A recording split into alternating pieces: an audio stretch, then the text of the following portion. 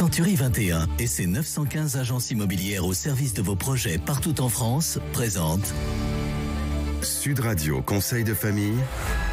Et conseil de famille, c'est avec Stéphane Moller. Bonsoir. Bonsoir Philippe. Stéphane, vous êtes associé au sein du cabinet VIA. Nous nous retrouvons chaque soir de la semaine pour parler immobilier, finance, droit de la famille, en fait pour parler de gestion de patrimoine.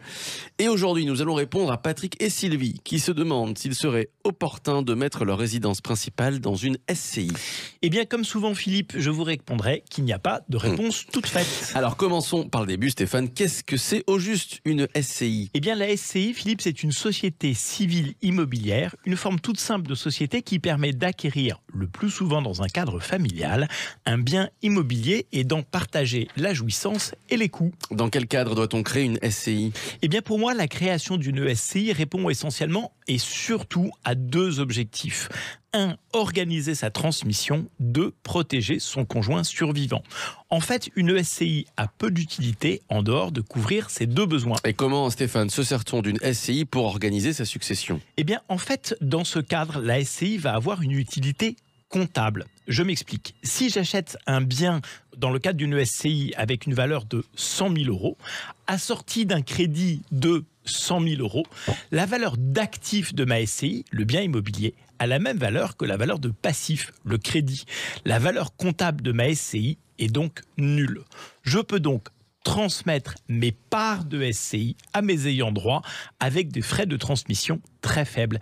Dans ce cas, la SCI a donc un intérêt successoral, essentiellement si les biens sont acquis à crédit. Et le second intérêt de la SCI ? Eh bien, il est donc de protéger mon conjoint survivant. La SCI peut permettre à des époux qui le souhaitent que la gestion de la SCI soit conservée par l'époux survivant après le décès de l'un d'eux. En fait, au démarrage, les deux époux sont gérants. Au décès de l'un d'eux, le second demeure seul gérant.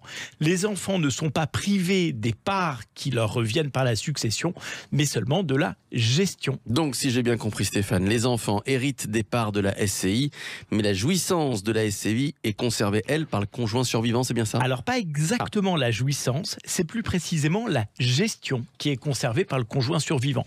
Mais un montage tout simple permet de laisser l'usufruit au conjoint survivant.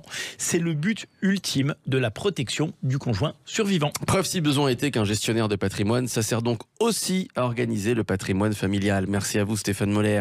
Conseil de famille à retrouver en podcast sur notre site sudradio.fr. Et puis, si comme Patrick et Sylvie, vous voulez en savoir plus sur la SCI par exemple ou d'autres questions, eh bien, vous allez sur le site de Conseil de famille, conseil avec un s-2-famille.com. C'était Sud Radio Conseil de famille. avec Century 21 et ses 915 agences immobilières au service de vos projets partout en France.